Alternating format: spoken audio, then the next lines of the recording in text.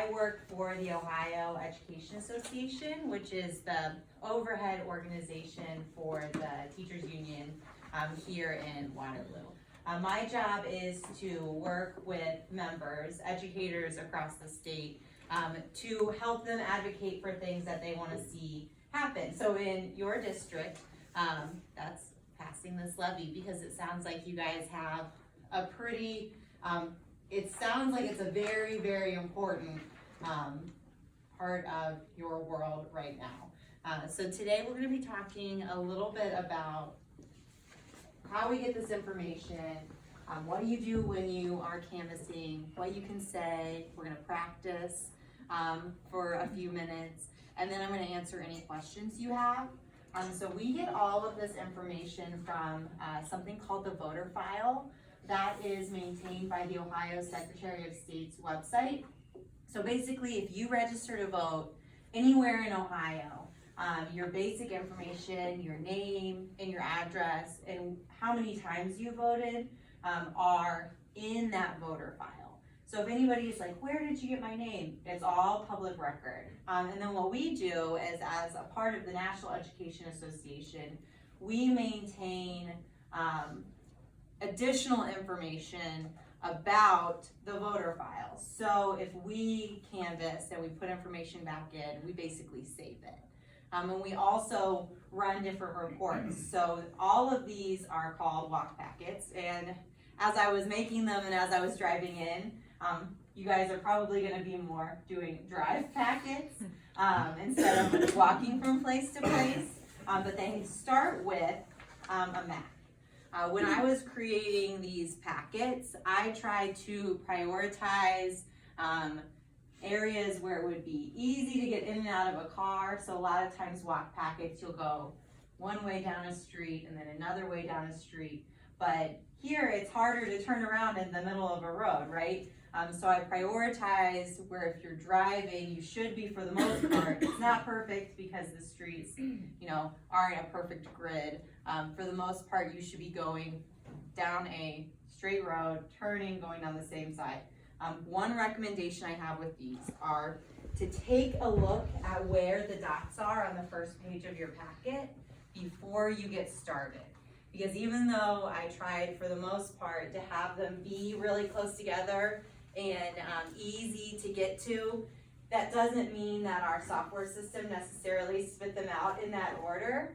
So I would take a look at the address on the page and decide which way you're going to start before you start. Just take a minute or two.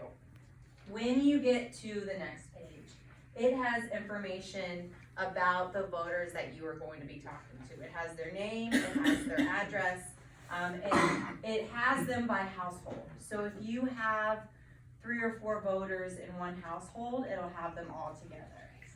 And then you will just progress through the list. We're going to talk a little bit more about how you're going to notate what you find out when you were canvassing on the list. Does anyone have any questions about this part so far, the list?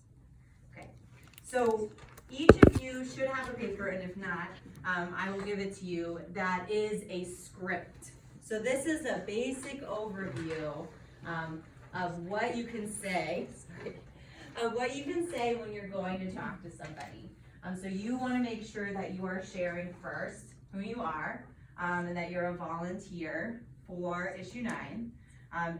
Explain a little bit about what it is. I believe you guys have papers you're passing out, right? Yes, there are handouts, yep. So you will have a handout also to hand them, so you don't need to step up to them and say every single thing on the handout. For the most part, when you start out, you're going to keep it very simple. You're going to ask if you can count on their support. If they say yes, no, undecided, it's important that you record that on this paper. So you can write a Y, an N, or a U. The reason for that is if you guys end up having the capacity to do so, you might go back to these same voters before the election and remind them to go out and vote. That's get out the vote. It's something, if you haven't done it before, basically people are a lot more likely to actually go vote. A, if they talk to somebody, which is why you're canvassing today, but B, if they talk to somebody again right before the election. So you wanna keep track of who your supporters are.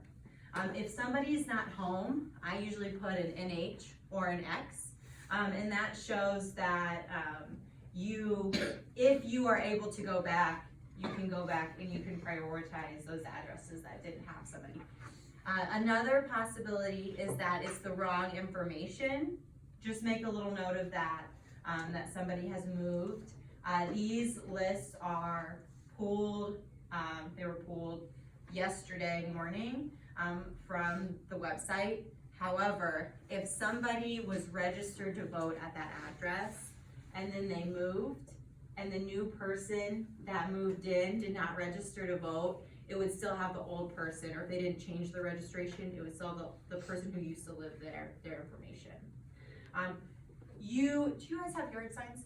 Yes, we do have yard signs, and so either we have a couple in the high school office, but there's not going to be enough for everybody. So what we'll do is, if they want a yard sign, just make a note by their address, and then maybe when you're done, either write out a piece of paper, find some way to give it to me or Lisa, and we'll have somebody bring the yard sign to their house. Perfect. Sounds great. And the other thing, if they seem super excited, like, I love the schools, I'm definitely voting for the levy, I'm telling all my friends, you know, ask them if they want to volunteer for the campaign. Once they've told you they support the levy, you're going to say, thank you so much for your support. Remember, election day is March 17th. If they don't know where to vote, these are actually by precinct, so you can make a note. There's a space on the back of your script to make a note if people have questions. If they say that they're undecided, there is another little section kind of towards the bottom of this paper that has additional information to hopefully help them make your decision.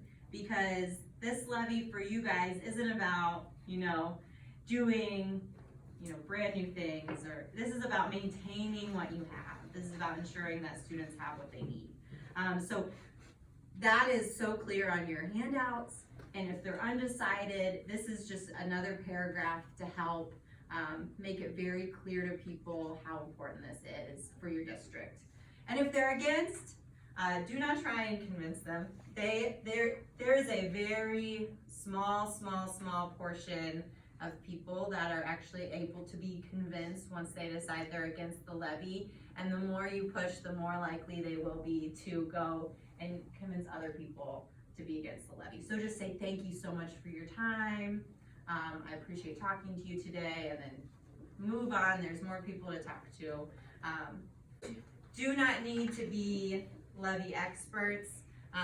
You guys are volunteering because you care about the school district, you care about the kids that go to school here. I just wanted to run through a few questions that we get a lot, and then I will turn things over to Lisa for some more information. So if somebody asks you why you're volunteering for the levy, make it clear that you are volunteering on your personal time because you care about the school. I was a teacher very recently, just a few months ago, and I canvassed in the district that I taught in. And for the most part, people are very, very excited to see people that they know out in the community sharing that they care about the school. Sometimes people don't understand the line between you're doing this on your personal time and you're doing this because you work for the district.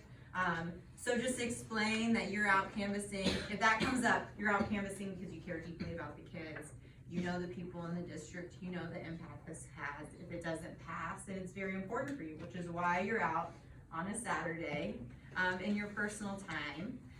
The other thing is, may seem silly, but when someone told me this the first time I canvassed, which was in Worcester, so lots of driving, long distances, going to like farmhouses, kind of more out where there's more spread out, similar to some parts of where you guys are going to be canvassing today. When you like pull into their driveway, make sure that you aren't pulling like way up like if they have a long driveway, walk up on the driveway, on their sidewalk, knock their door, ring their doorbell. And then when you do, if you're like really right up like in the doorway, sometimes it takes people back if they're like opening the door and they're kind of close. So knock or ring the doorbell, take a step back, say hello, introduce yourself. It'll give you some safe distance between the people that you're talking to. It'll help them feel safe. And then you are also able to like fully see them and just give them some space. Yes. So do you suggest parking at the end of their driveway and then walk their driveway? I suggest parking to the point where they can see your car from the door. Okay. If that's a possibility. If it's not a possibility, it's not a big deal. So don't feel like you have to park like all the way to the street. But if they're, like I noticed when I was driving in, there's lots of long driveways that have like a sidewalk going off of them, and then there's the door. So don't park like all the way up by their garage. I think people just like to see how you got there for the most part. And I think if someone were knocking on your door, you'd probably feel, you know, a similar sort of security just in knowing that. Any questions? Okay, I'm gonna turn it over to Lisa, who has some more information for you. Okay, so there's a no solicitation, do not even pull in the driveway. Don't even go there, it's not even, we're not doing that. By the way, so if you want 2 routes today or in the future, like, cause you don't have to just go out today on Saturday. Like if you want to take a second route and maybe in the middle of the week or tomorrow and you want to do that on your own, like it doesn't have to be this Saturday time, or maybe, take 2 routes and then later tonight, like in the afternoon, if you want to go again, you could do that as well. So don't feel limited to 1 route. Another thing is, so we're just asking people for 60 to 90 minutes. So if your route, like say you get 4 really big talkers at the start of your route and you're already, been out for 45 minutes, 60 minutes, and you got to go somewhere. That's okay. Don't feel like you have to finish your route. This is why we just need the notation. And so just show us that, hey, you went to the first 5 and we'll cover it at a later date.